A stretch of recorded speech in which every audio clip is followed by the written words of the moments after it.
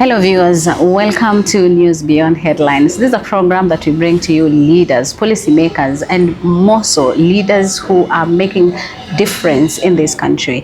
And today we're privileged to host one of the members of parliament, first time member of parliament, that is Kabuchai constituency. We're talking about Majimbo Kalasinga. Karibu sana mheshimiwa. Asante sana. Hebu tuambie safari penye umetoka juzi, what was it all about? Juzi nimetoka Johannesburg. Nina shiriki kwa bunge mbili.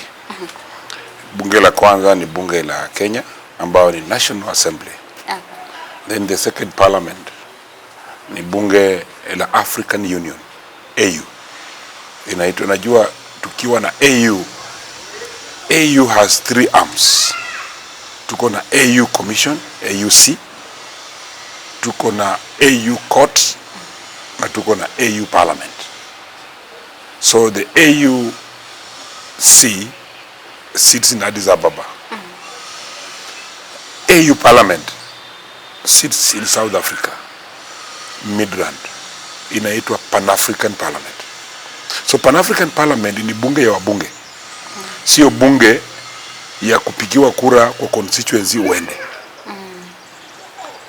Nchi za Africa, 54 countries in Africa. So long as they are in AU, hamjapewa sanctions na AU, kila country inatoa 5 MPs to join Pan-African Parliament. So you can see 5 MPs times 54 countries. In the real sense, supposed to be around 250 MPs. Lakini hatuko 250 MPs in South Africa. Kwa sababu kuna those countries ambayo siko na war. Whenever you have a coup in your country, sanctions munatolewa. So those MPs cannot be. Whenever we have issues to do with the sometimes even countries can reject to join. But in Pan-African Parliament, therefore, in Kenya tuko wabunge watano. 3 MPs and 2 senators. Mimi Majimbo Kalasinga, tuko na Esther Mudhoni Pasaris, women rep wa Nairobi. Tuko na Rahab Mukami, women MP wa Nyeri. Na tuko na senators wawili ambaye mmoja ni Professor Margaret Kamar, nominated senator, na Honorable Danson Mungatana. So we're 5. So like which year did you decide this is the time I want to join politics? Now politics came after I had worked for 2 years. Okay. Yeah, for 2-3 years. So tell us this journey of your politics. The journey of politics is when I got a job in Nakuru now, after Egerton. Which year now? That was 1999. Oh, okay. I worked 99, 2000. When it got to 2002, Wamala kijana, Mwai Kibaki and Ngilu were coming for a rally in Nakuru Afra Stadium. So I went there to watch, because actually I had in the university I was running politics also as well. We were supporting the Ford by that time. Mokisa Kitui, Wamola Kijana, Wenime Captain, Munyasia, Kombo, those were. So when we were about to do the 2002, Wamola came. Then Wamola gave me some assignment to go and mobilize people in Nakuru. After that, I spoke to him. We came to Busia, he came to Kakamega. I was at the center of NAC. I was elected the NAC Youth Congress, chairperson national. So that's when I picked politics. Was it in 1999? 2002. 2002, okay. So after that, then, I got a job with Nzoia Sugar Company now, as a process engineer. After that, I didn't fully go into politics from that time. So when I was in Nzoia, I worked for 5 years. 5 or 6 years. When it came to the election time in 2012, I chose to resign from now on Nzoia Sugar to come and run for Kabuchai constituency. I lost badly. I lost terribly badly. Terribly badly? How many votes did you get? You know, I just came from job to run. I got 420 votes. 420? 420. Okay. The first person alikuwa Mheshimiwa James Lusweti Mukwe. Number 2 alikuwa Philip Mukui. Number 3 alikuwa Mheshimiwa Pangana. We came like that up to my vote of 420. I got shocked. Now I don't have a job. My family is here. I need to feed it. Things got rough for me, but I never gave up. I still remained to the ground. When it came the next election of that is 2017, I again ran as a candidate, as a Jubilee candidate. Again, it's the same cousin. He trounced me. The first one you ran on which party? I ran on BAS, APK, Alliance Part of Kenya, for Yakretu Murungi. Oh, yeah. Yes. Oh, yeah. So the second time I ran on Jubilee, I was Ruto's and Uhuru's candidate. I lost it. We lost with Lusaka. Lusaka was governor. Excuse me. So when we lost that election, 2017, I was never appointed anywhere. I saw my friends getting appointments as directors, where. I was left, I suffered at home. I even wanted to become just a director in Zoya Sugar. Just one of the directors. I wasn't given. So while at home, I learned how to work with area MP now.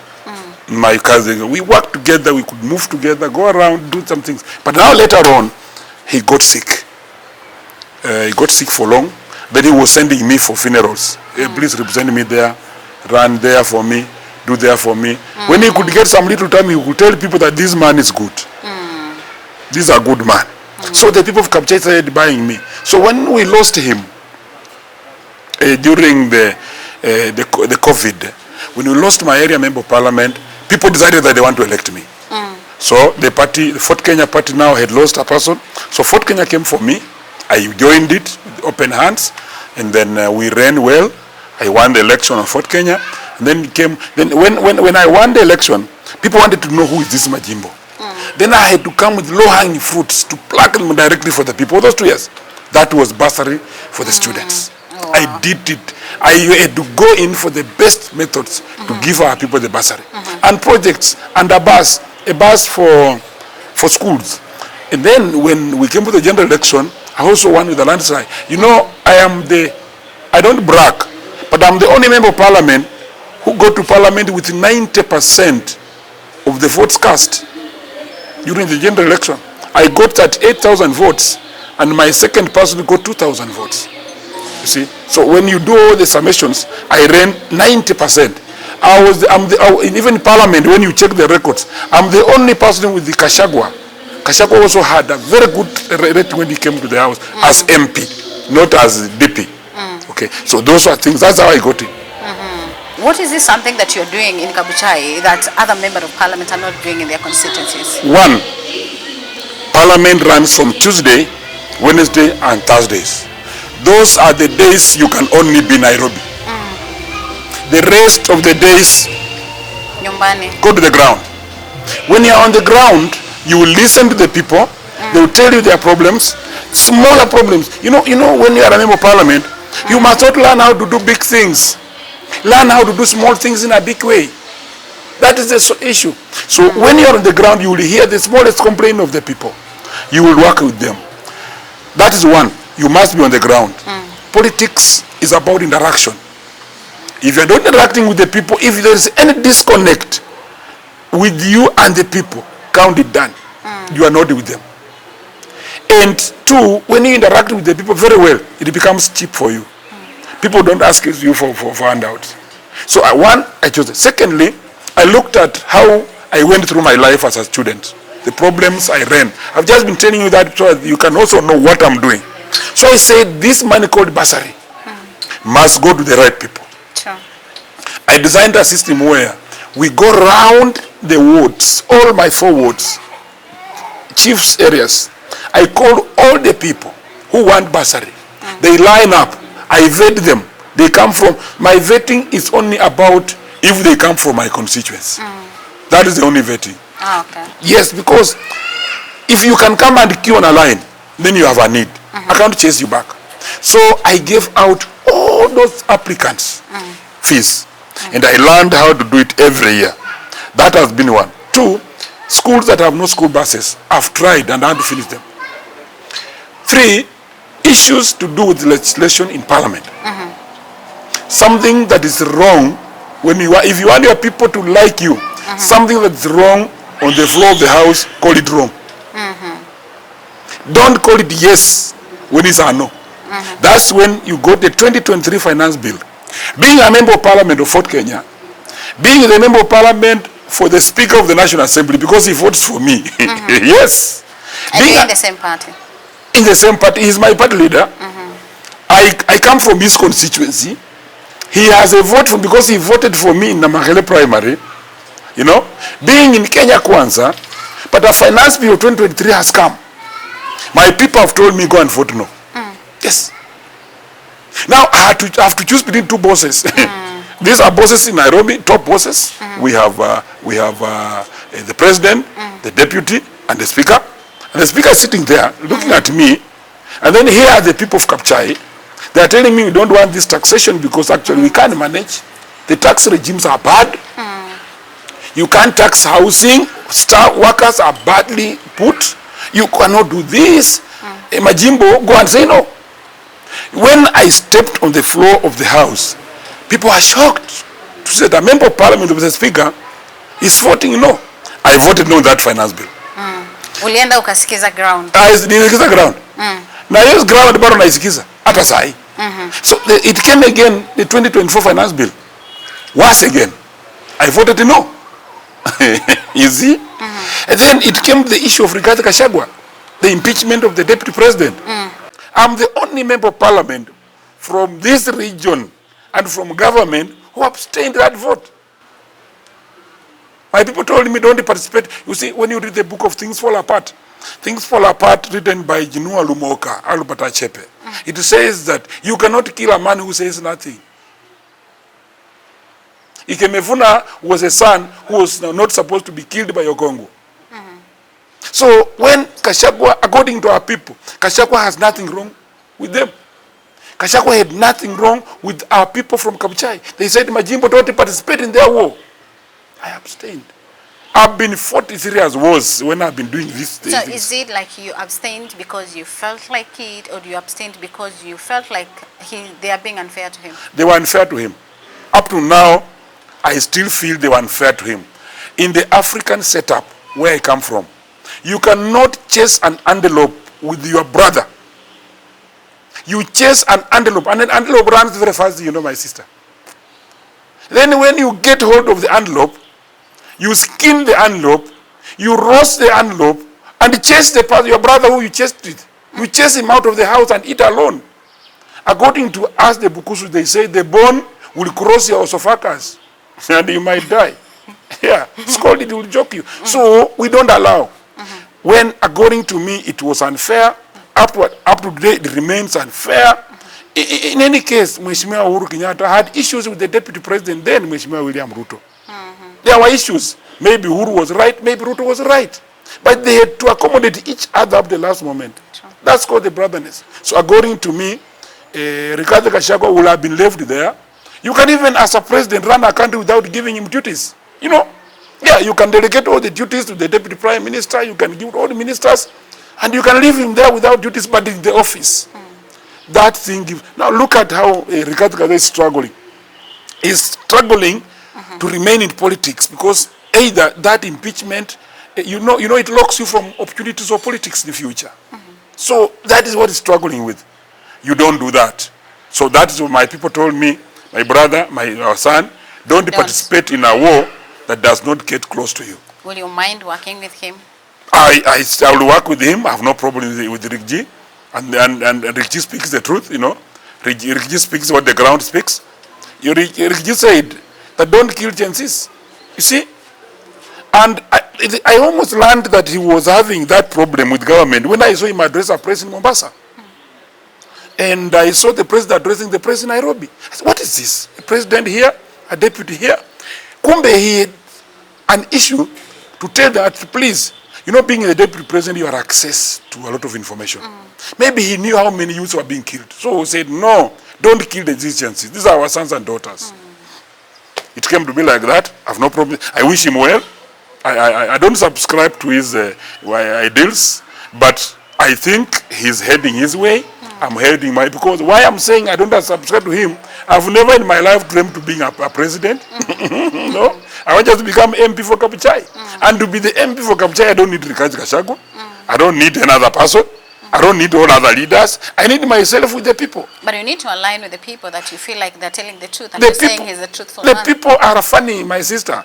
The people can give you a dress like I'm dressed here. My trouser is black, my shirt is not black. They can elect an MC on this ticket, an MP on this ticket, a president on this ticket. It doesn't need for you to be a sycophant or a choir master of a person. Yeah, so please, if it is to do with sycophancy, by the way, that's why Majimbo is popular. I don't play sycophancy. No. Let's talk about Ford Kenya. I don't know, at what point did you have a relationship with Wetangula? Was it when you joined Ford Kenya? In fact, sorry, me, I formed Ford Kenya. Okay. I was in Fort Kenya with Omolwa kijana. Tulikuwa vijana wa Malwa, vijana wa Masinde Muliro before, when I was in secondary and university. But I got lost into employment and whatever. I came back again to resurrect when I wanted to become MP. But when I wanted to become MP, remember that Honorable Moses Masika Wetangula, who was in Fort Kenya, had a candidate called James Mukwe in Fort Kenya. So I could not get out an outright ticket. So I had to look for a party that I could get to the final. So that's when I went it. So after this person got some problem, then I had to come in now in my old party again. So there is we worked very well. My first 2 years after the by-election in the Kapchai constituency, we worked well and we are still working well. Yes, with Moses Wetangula, the speaker. Okay. What is the relationship with Wetangula? I think the relationship is frustrated. I think it's we call it in biology a vasoconstricted relationship. What? A vasoconstricted. You know, in your body there are veins. Yes. And when the veins shrink or get close like this, then the blood cannot pass well in the lumen. That lumen. So it's called a vasoconstriction. I think the relationship is vasoconstricted, and I think it's because of we school in different thoughts in terms of how we relate with the people. Maybe what he wants is government, and the government is about the president, it's about the minister, it's about him. And me, I have a problem because actually I'm listening with the commoner. And you see, in politics they say, if you want to survive well, my sister, you must descend from the cuckoo to the commoner. That is it. If you have to stay at the cuckoo, I'm telling you, you will have a problem with the commoner. And the moment you have a problem with the commoner, forget politics. So me, I've decided to be there. Maybe one time, if Moses will come also and start putting with the people down here, maybe we shall still be together because I have no problem. What I am against is this. You cannot, as government, come here and decide to sell Nzoia Sugar Company. Nzoia Sugar Company has been there since the days of Mzee Jomo Kenyatta, Mzee Moi, Uhuru Kenyatta, Mwai Kibaki, Uhuru Kenyatta. This regime is, I think, the 5th regime.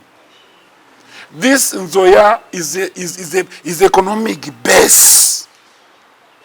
In fact, one day when I was listening to Ever-Ready Paka Power, then, they were saying that the moment Nzoia inalipa wakulima pesa, ndio unaona makaa yetu inauzwa. Because Muluya na radio, unajua sisi bwana. Sasa hiyo makaa Ever-Ready kwa inauzwa sana. Najua tulikuwa na radio ya kaa moja. Yeah. Yes. So Nzoia is our economic powerhouse. You are telling us that you are giving it a foreigner who is coming in for 30 years, who say that he's retrenching because now he has retrenched staff, and he is changing the name from Nzoia to something different, because when you give it to a different person, it changes the name. And the moment you change a name of Nzoia, and you have not paid farmers, farmers cannot take the new farm to the court. And farmers cannot take to court the old Nzoia because the directors are dissolved. Yes. So I asked them, why in the first place are you deciding to sell this company?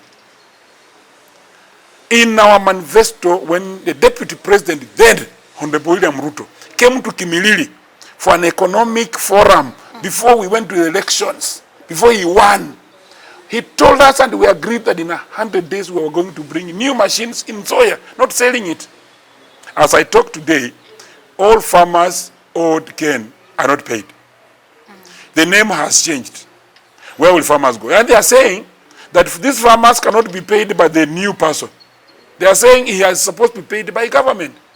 Which farmer with crocs will move to the Minister of Mbadi to ask for his money, 1,250 or 20,000 from Ken? Which farmer? They are frustrated. And that is what I say, that don't sell. Waliuza na nguvu ndio hii. I told them. Maybe you know you have asked me why I'm popular. I told them. Why did Uhuru Kenyatta had something called Linda Mama? Linda Mama, in fact, it went so deep that it was even to a level that mama akipata mimba, kulikuwa na watu wa pikipiki wa afya wa mtaa wanaenda kuuliza, hii mimba ni ya miezi kama 7, wanaanza kupangia. Ikifika 9 wanakuja kuchukua, wanakupeleka hospitali for delivery. Unapewa nguo na besheni free and you go home. Linda Mama was removed by this government. I said, where is it? Mimi nikakuwa mbaya. I asked them, where is Edu Afya? Edu Afya was for schools. Students, when he was sick in school, he could be taken to hospital. Then from hospital, wanalipa na insurance, wanakuambia mzazi, mtoto alikuwa mgonjwa tukapeleka Kimilili hospital, ametutiwa saa yako sawa, hako shule. Saa hii unaambiwa peleka pesa. Those are things that we are saying. Some changes are so fast and they don't make sense. So I was against SHA. I was against it. Remember, there were students in India who were on dialysis. The moment that December, the moment they cut off from NHIF to SHA, those students, some of them, they were to pay millions of money. Some of them died. I'm telling you, when you make changes, please be very careful. I was careful. Those are things that have landed me in trouble with my speaker. I've spoken on them, and I will speak on the future ones also. So many other things which I cannot put in. Recently, you see, they wanted to privatize the airport. You can't privatize. You have a home. You cannot say my home is this one, but nataka kupeana contract mtu mwenye ako na njia ya kuleta kwangu mtu akuwe na gate ashike contract na akikufungia. Those are things that we don't allow. Government must have its own heritage. KICC is our landmark. When you go to US, like I was in Spain, where my son, my son is 12 years and he plays football in Spain, Barcelona. He plays in Barcelona. Yeah, and he's a very good footballer. He's 12 and he's a captain of a team. So I went there to check on him. And when I was there, I saw a very good photograph of KICC for Nairobi. So Nairobi is known for KICC. Here is a country that wants, a government that wants to privatize it. Supposing I take it as a private owner, I change it instruct everything, and then I want to make it a different thing, we lose the heritage. Those are things that we cannot hurry up. When I say that is wrong, mimi Majimbo ni mbaya. I don't think I'm bad. But my eyes are on my target, and my target are the voters of Kapchai, and so many other things, my sister. So your stand is missing you in quote in quotes. My stand is making my relationship reduce, and it is making my life very easy with the voters. There are two different things. What about the head of state? Because the reason I'm asking is because you're a member of parliament aligned to Kenya Kwanza. Yes. And a whole lot of people actually, they expect those people in Kenya Kwanza to be, doing exactly what the government wants and supporting the government's agendas and initiatives. But it happens that you're the opposite. Exactly. Let me surprise you. When we voted no on the finance bill of 2024, I was among those who voted no. And those members of parliament who voted yes in Kenya Kwanza took the law to State House. Mheshimiwa William Ruto called them and said, I'm not assigning this one. Then they clapped again. Are you using your head? You know, there is a difference between using your head and someone borrowing your head. You know, someone can borrow your head. He uses it the way he wants. Then it returns to you in the evening. That is not the way Majimbo should behave. You see, members of parliament who voted yes on the floor, some of them, their houses were burned by Gen Zs. Then when the president called them and said, this is a bad law, I don't want to agree with it, so I don't assent to this. Then they clapped again. Then you members, why were you passing the bad law? So the president rejects in your eyes. That is the first thing. So I'm trying to say that, and you have raised a very serious statement that actually, why am I in Kenya Kwanza and I'm behaving like not with the rest? The opposition. Yeah. I want to tell you something. That the moment the party is only good for you to use and get in parliament, the moment you get in parliament, you start checking government. That is the purpose of the parliament. By Regardless the way, of whatever. regardless of where you are, you must check this government. Because now, let me ask a question. For example, if you have a government that tries to believe, Uhuru Kenyatta brought free examination fees for Form 4 and Class 8. Now this government is not budgeting for exams. I said, what is this? So those are things we must correct. And when you correct this government, the president must be happy because you are assisting him lead people and then be re-elected. But I know, I know very well that the president knows what I'm doing. Because even him, he was critical on issues when he was in government. Very critical. Even my brother, the party leader Moses Wetangula, when he was in NASA, when he was there with CORD, you know what they did, what he told us. You know we can't have double speak. I'm just borrowing. I'm just reading from the books that they wrote. You know, yes, they wrote these books for us. You have to be honest to your people. And and tomorrow, if they do something very good, I'll vote yes. Yes. But if something comes again wrong on the floor, I'll vote no. You know, I'm a member of parliament who has, for one time, I think I was denied to enter State House with the other members of parliament of Kenya Kwanza. And I was turned away from the gate. I said, oh, Kumbe, we have got this far. So what had happened? Okay, they had called the members of parliament of Western region. They were going to have some discussion in State House.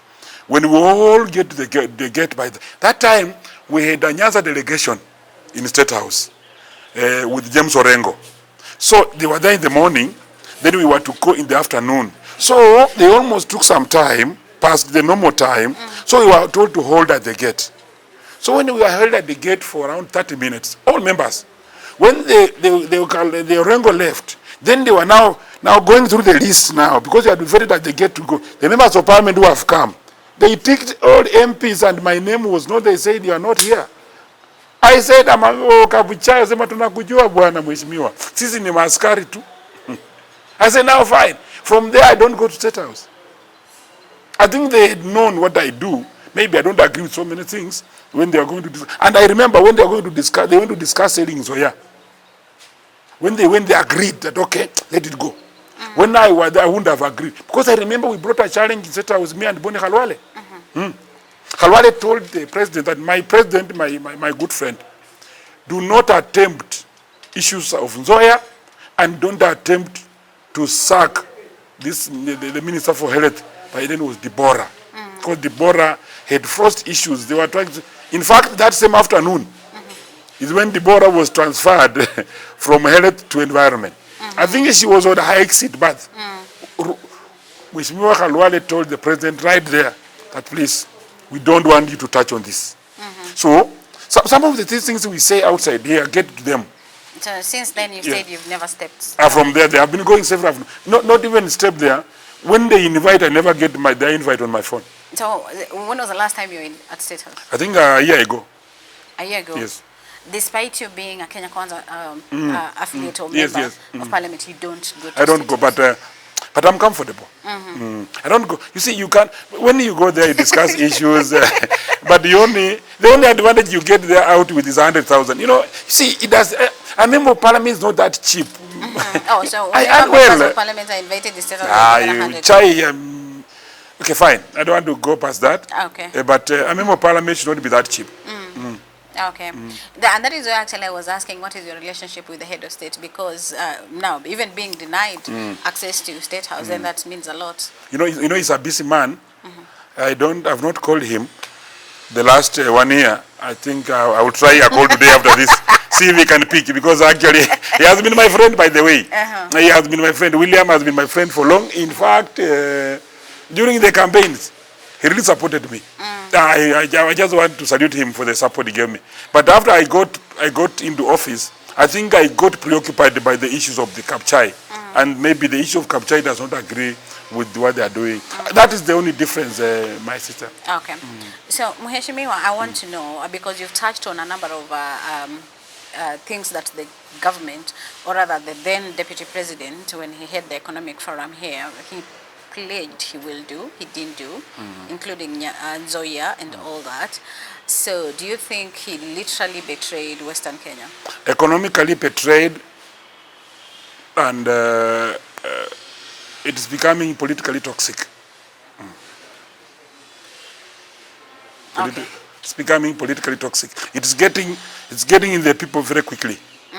And people, we have the acceptability rate of my president. The toxicity that you're talking about is from the head of state? Yeah, it's from what they not. You see, when you talk of government, we talk of the head of state and the ministers and what they do. Yeah. All what is done actually majorly, it's creating some kind of toxic grounds, which he can correct if he comes up quickly and places in remedies. He can do the corrections. But so far as it sits today, if elections were called tomorrow morning, I think we shall lose in Bungoma as Kenya Kwanza. That's why I don't want to associate myself with losing. I would rather stick where I can win the election.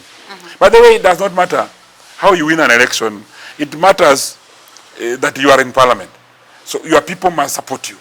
Yeah. So that is there are issues so far, and this issue of using state machineries to frustrate those who speak the truth should stop.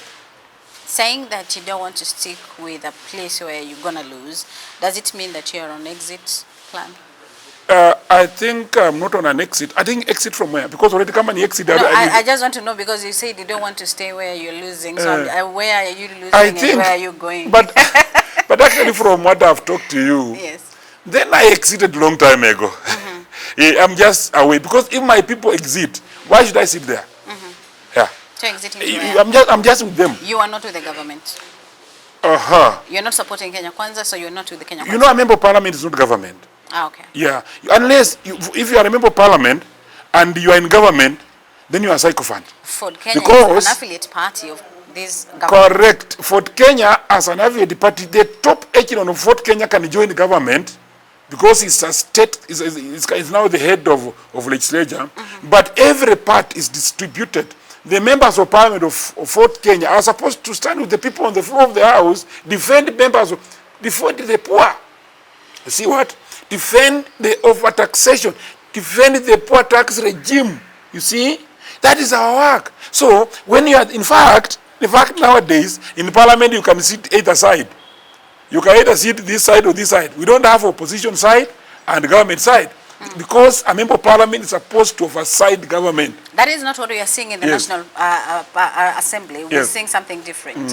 And of course, you've talked about some of the scenarios. You've seen the sycophancy playing around, you know, like, and the next thing, they pass this law, and the next thing they are celebrating because the government and the president is not ascending to it. But I want to ask you this, especially for Fort Kenya, do you believe, or do you see from where you sit, that we have two factions in Fort Kenya? No. In Fort Kenya, we have only a party, Fort Kenya, but maybe I don't agree with the ideals. That's the only difference. Is it just you in Fort Kenya, or other members also feel the same? I don't know. I can't speak for Chikati. I can't speak for Makali. I can't speak for Majimbo Kalasinga, unfortunately. But for myself, there are things I don't agree with. Muhesh, a lot of people actually look at you as a rebel in Fort Kenya. Do you believe that you have two factions in Fort Kenya? No, we don't have two factions. I was just speaking something that, let's just look at the definition of the word Ford. Ford was designed by Jaramogi, Masinde Muliro, Ndenge, Bamariz, Paul Mwite, all those guys, Raila Odinga, you know, Mokhisa Kitui, John Barasa Munyasia. You know, the word Ford means Forum of the Restoration of Democracy. It means at some time democracy was lost. Yeah. So this is a forum that you restore the democracy. Yeah. That the democratic space of the people down here is got in how they are employed, the workers of Nzoia, how SHA is mistreating them. You see, how we have a problem of Linda Mama, they have their rights. So Ford must talk, must be a voice of these voiceless. Unless Ford has joined government and changed its definition, then we define it differently. And then I want to be told what is now the definition of Ford. Actually, Ford Kenya must stand with the people. And that's why when you are hearing people like Paul Mwite, Denge, Joja Nyon, these people like Buzeja Jaramogi, George Welime Captain, these were people who are speaking the people's voice. And exactly I'm speaking what they were saying. Bring the clips of George Welime Captain, Omola Kijana, Mukisa Kitui. Then see what I'm saying. I'm telling you, this is the direction of Ford Kenya. Unless we can't change meaning when we get to government. We can't change meaning. And my people, you cannot say that we are in government, can my child go to school without fees? They will not agree. We must have a better economy for me as a Fort Kenya member of parliament or a Fort Kenya member on the ground to get fees and take a child to school. You can't say we are in government today, so you walk in the supermarket, you pick sugar and flour, and then you don't pay. No. Life must continue in its space. So a political party does not dictate and must not dictate the reason for parliament, which was begun in Britain. Was first, there were taxation. Then people said we cannot have taxation without representation. If what I'm doing is putting me a picture of being a rebel, then be it. Be it. Because actually this is what, and I will speak it today, I spoke it yesterday, and tomorrow I'll speak it again. Actually, we must put our people first, not the government first. Mwenye anaumia from that, si ni raia. Sukari ikipanda, si mwenye anaongea ni raia. Mafuta ikipanda, si mwenye anaumia ni ile wa bodaboda. So kama wale wa bodaboda na wao raia ndio wananitumia kuchochea Fort Kenya na Wetangula, then be it, because those are my bosses. I don't think someone can come from Kisii or Ronyeri to tell me go and hate Moses because he do. I cannot do that. But I will hate anybody, leave alone Moses. I will hate even the president if my people are suffering here. Please, so please, that is the way, but that is who I am. And that is a material metaphor. Like from the parliament, where you have been key critic on many of the things that they initiated by the government, and they actually expected that you should support, but you've been a critic. Back home as well, in the ward where we are having now, after we lost to Muhongo, we have MCA by-elections, and still we're seeing the difference. You're supporting a different candidate. We have Fort Kenya candidates, which is your party. And that is why I was asking you. That is what I was asking you. Do you feel like we have a split? Because if you are in Fort Kenya, people will expect that you're supposed to support your candidate. Then you're supporting an independent candidate. Exactly. Now, that is where birds of the same feather flocking together mean. That is where Majimbo Kalasinga, who values education in the constituency, who values the truth, cannot partner with anybody, even if you are in my party, if you are a goon. Sorry, I can do that. Okay, so by excuse me, I want to finish. I want to finish it. No. You see, you get me right. Okay, that's a very good question, and I wanted that question to come to me because actually I want to open it very openly, very well. Okay. The candidate, independent candidate, who is Eric Wekesa, is a very sober young man. He has tried twice. He has been coming almost second top, first, third top, Eric Wekesa. I don't want a candidate who was used by the top, as you have said, to crash the windscreens of Rigathi Gachagua, George Natembeya, Eugene Wamalwa, Kalonzo Musyoka, Matiang'i in Chwele. My sister. A person who threw bigger stones is rewarded by getting a ticket. That because you are a good man. You know how many guns were there? So many. All those MPs had bought guns. If they had to choose to shoot, my people would have died. A lot of them. But they chose to turn back at the vehicles. Not entering Chwele. When they turned the vehicles, they were crushed when they are turning back. When somebody amesalimu amri yako, umeweka vijana hapo wa bangi na mipini na mawe, wamesema uingie hapa, and then mumeona mmesalimu, you are turning your vehicles, then they crashed the vehicles from there. The vehicle of Kalonzo Musyoka was smashed from the front, side, and everything. He lied in the vehicle like this. I'm telling you. Matiangi, George Natembea, these are leaders. Supposing you do this to these people, and you know, this is the same person who has been rewarded with a certificate because he did the best job. You want Majimbo Kalasinga to support that? Count me out. You see, if it's politics, if supporting such a person, if not supporting such a person means me putting in politics, then be it. I don't buy that politics. That is the politics of goonism. You see, I mentioned that, I had that reason. Now, I want to ask myself a second question.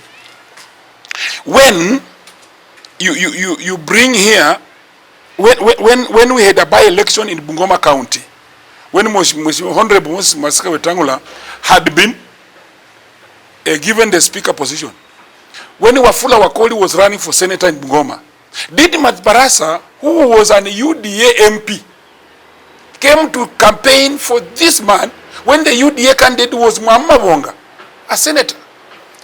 You want only to see this?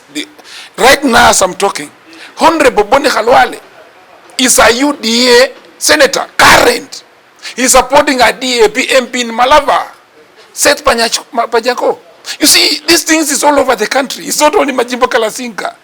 And you see, I have not chosen to divide the party for Kenya and Kajole Kapchai ward. I have just supported a person who is not in the party. Yes. So that is the only thing. And I'm asking myself a question.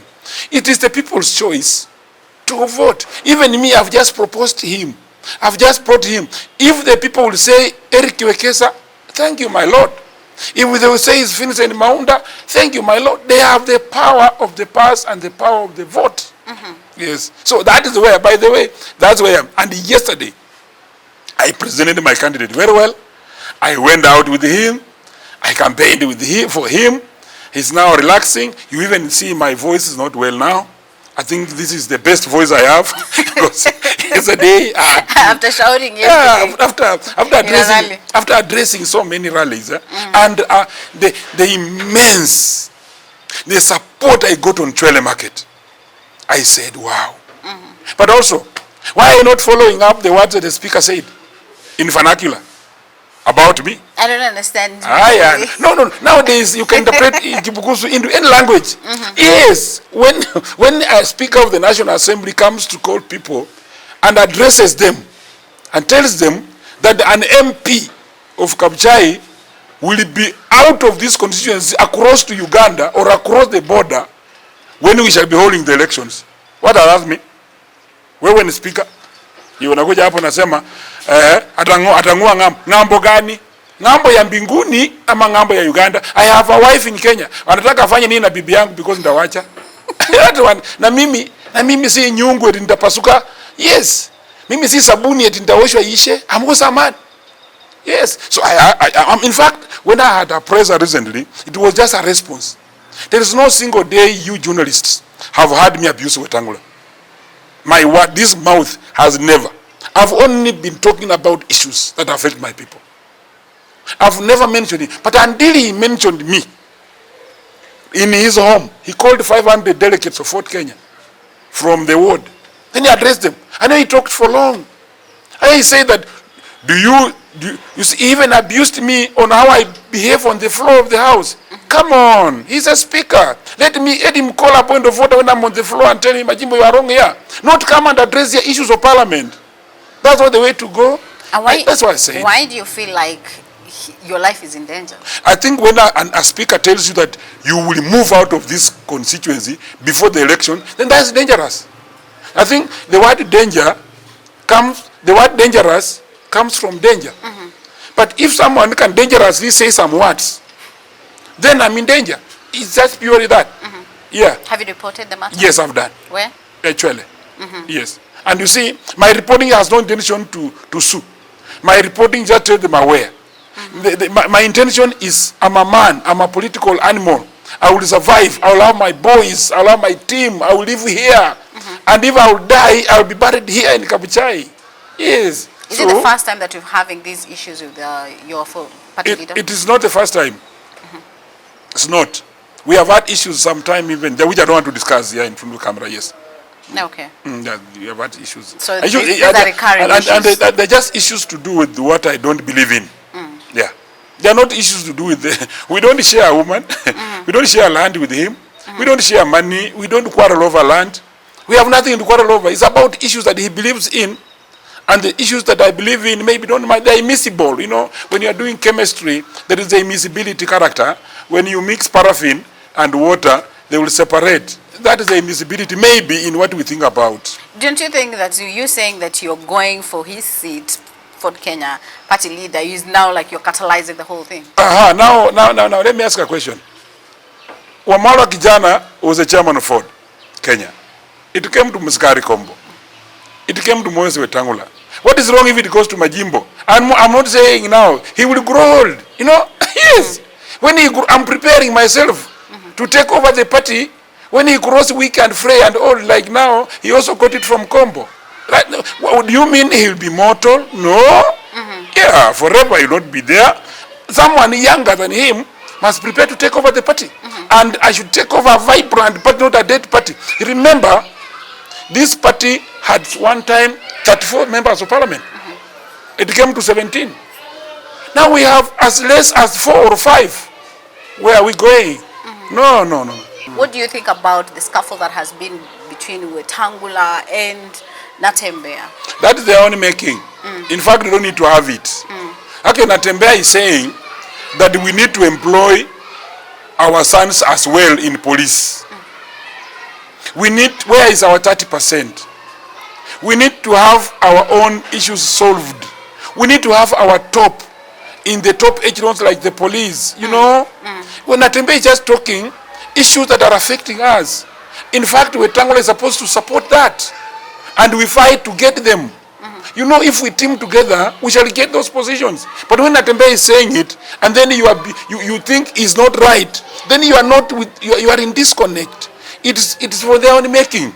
In fact, we must be together. In fact, Natembeya, Wetangula, Majimbo, Mudavadi must see the president and say, now we are going for the recruiting of the police. Where is our 30%? Lori zetu ziko happy. Walikuwa wanatuambia tu the campaign, wakati ya kurecruit tutaleta hapa malori za jeshi, watoto wanakuangalia meno na nini. In fact, I have a quote that one of our leaders said, hawataangalia meno kwa sababu meno haipiki bunduki. Meno haishikangi bunduki. That clip is there. You know the media does not forgive you. It will bring you up again. So that's what Natembeya is saying, George. And when George speaks is the fact that he's speaking. What he's speaking, even that is what Wetangula wants. But what Wetangula is seeing, or Mudavadi, or whoever is seeing in the George, he's seeing like, this man is growing. He's not seeing what he's saying. This man is emerging. Why is he emerging? You cannot frustrate an emerging force, but also, you cannot contain a growing pressure. No. When you are sitting on that chair, and that chair is increasing every time like this, pressure, and you are saying, I will contain it. No, it will burst. You cannot contain a growing pressure. Ask scientifically, what is this that Natembeya is talking? And Natembeya is connecting with the people on the ground. So those are things. By the way, Wetangula had to connect with the people when he ran away from Uhuru Kenyatta and joined Ruto. Then he connected with the people. You see, these are things that are dangerous traits. Let us see how does Natembeya speaking this? Wetangula come in and we solve. In fact, if Wetangula wants to finish Natembeya, he will do what exactly Natembeya is saying. Tomorrow, bring up the lorries, take the youths. They say, Natembeya alisema, sindiao niko nachukua, hapo. 2, Nzoia Sugar Company. We are not selling it. We are bringing in 3 billion, ikiwa state corporation, tununue new machines, factory ianze. Sawa. Natembeya alipika hapa gari, basi. Si ndio wewe enda mwambie nimemaliza. That is how to finish Natembeya. But if Natembeya will speak and you still sell, we are rubbing salt in our eyes. I'll be very unfair to wrap it out if I don't ask you this. What if you're kicked out of the party before you oust Wetangula? I don't know when. If they kick me, I have a right. I have a right to be in this party. Yes. And being a right legally, being in the party is a right. You cannot take it from me. You can only take from me the privileges of being committee on the floor of the house. You can take it away. I can be reduced to one party, to one committee. That does not move me out of the party. Because being a party is your choice, by the way. And if you have to go out of the party, you must resign using your ID yourself. And as long as I'm a member of the party, I'll be a member of parliament. And if something wrong will come, let them plan, which I don't think they are planning, but let them plan it. And even oust me in the party, if they can do it using the dubious means. And then I don't become a Fort Kenya member now. And then tomorrow, the speaker declares my seat vacant. I will come and run on independent again on a by-election, and I will show them now. Yes, I'm willing to come to the ground again, and I'll be re-elected by the 100%. Yes, because I'm sure what I'm talking is not my words, they are people's words. If Wetangula is watching right now, what message do you have for him? If Wetangula is watching this. Let me face the camera. Moses Masika Wetangula, my good brother, my party leader. You gave me the first certificate, I won the election of Kapchai constituency. What I'm exactly doing is what you are doing when you are in NASA. What I'm exactly doing is what you are doing when you are in the code. And you are my role model when you are in the code. Wakati uliuta William Ruto arab mashamba. Because you knew he was grabbing. That's what you said when you are in code. I'm exactly reading from the books that you wrote. And your books are very sweet, Moses. I'm reading them, all of them, page by page. And don't accuse me for reading your books correctly. That's what I can say. Oh, okay. So are you free to maybe have a reconciliation meeting with him, maybe squaring these things? Unless we can reconciliate, but you know, the reconciliation then it will be happening so many times. Because as long as he will be doing wrongly, my people will again go away. Because me, I have no problem with the reconciliations. We can even reconcile now. We come together. We have no problem, by the way. By the way, let me tell you, I have no personal problem with Moses Wetangula. I won't have a problem with what the government is running down my people. Yes. So, if we can reconcile now, but as long as tomorrow something wrong will come and hit my people on the ground, I will again go against the same government. So we shall have so many reconciliations if that has to work. But I respect, I'm ready to reconcile. We can reconcile with him, but we can't reconcile at an expense of a person suffering on the ground. Even we have even gone to the office of the speaker to tell him to take control of his very bad MCAs who have no respect with me. He said he will call the meetings. He has never called a meeting. So I believe that he has reasons why he has. But I've reported to him so many times. But what I've also told him is, I will never leave my people. What the people will tell me is what I will do. Like teachers, staff, everybody are suffering for house levy deductions. No, those things affect my people. I cannot actually hide my head in the sand over such things. So we have spoken as my speaker. We have spoken as my voter and me being his MP. But maybe agreement, we are not reaching the agreement because of what I believe in. One thing that Natembeya has been calling out or pushing is Luya unity. Are you ready to work together with all these Western leaders to bring... Exactly, that's what I can do. Okay. I would love to do that. I would love to see Halwale, I love to see all of us together, pump an idea. But what I don't want to do is this. I don't want to support a supporter. No. If you are going to support someone else, I will not support you. If you are coming to unite lawyers for purpose of you being the president, I will support you. But if you are uniting lawyers so that you can go and support someone, then you are a supporter. I would rather support that person directly without going through you. Yes. Okay. I will not support a supporter. And you see, maybe you can see me and say that, why this Majimbo, this stuff? You know, in physics we say that the hardest iron must have passed through the hottest furnace. I am that type of material. Musalia Mudavadi, what kind of a leader is he? Musalia Mudavadi is very bright. Musalia Mudavadi is very sharp. But Musalia Mudavadi is very soft for politics. If not politics, yeah. Which career do you think? Musalia Mudavadi can be a very good person in the diplomatic world. Musalia Mudavadi can be very good economic advisor.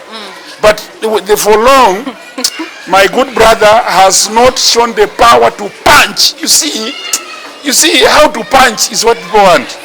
Musalia Mudavadi is and you know, but have you asked yourself a reason why Musalia has survived very well in all these regimes? Yes, by the way, he did well in the Moi regime. He did well in the Uhuru regime. He's doing well in the Ruto regime. You know, he's very soft. He's not ambitious. You know, he's just quiet. Unfortunately, some leaders don't want ambitious people, like Majimbo Kalasinga, who has to become party leader after Moses Wetang'ula. You also want to be a governor and president in future? I don't have any intention of being governor. I neither have any intention of being senator. I have no dream of being the president. But one time, if I will season up, when people come for me, because actually I know very well, I will be lying to Kenyans that I will be going for president. Because here in Kabuchai, they understand me very well. But Taita Taveta wajui Majimbo. Pokoti huyu ni nani? Kisii na wewe ulizaliwa wapi? So unaanza pole pole, yeah, that's what I'm saying, that it's gradual. It's gradual. But for now, I want to run Kabuchai well. I want to be re-elected in Kabuchai. And then after being re-elected, then we can discuss later. But governor, not in my mind for now. Senator, not. Even president, not. I'm just in for Kabuchai. You have told us the candidate you're supporting for MCA. Governor? For governor position, you know, Bungoma governor, we have several candidates. And all of them are my friends. The first one among the list of friends, we have Wycliffe Wangamati. Wangamati is my Bakoki. Bakoki in our language means you are circumcised the same day. Even if I find Wangamati beating his wife, when I appear, he will leave. That is the respect we have. What kind of beating? Beating, physical beating. Other beating is always secret. But just physical. Now, let me use violence. But now, that is a man called Wycliffe. You know, that's you have a Koki. You are not supposed to fight, all of you. So, that is the relationship we have with him. The other one is Didmas Barasa. Didmas Barasa is my uncle. My mother and Didmas Barasa are cousins. You see? So he's my relative. And he's doing his rounds around the county. My good friend Tim Wanyonyi. Tim Wanyonyi is my voter in Kabuchai constituency.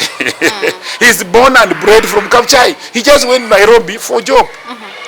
But when he comes home, his father votes for me. So, he's my person. That's why I say it. And you know, he has a very good track record in Nairobi.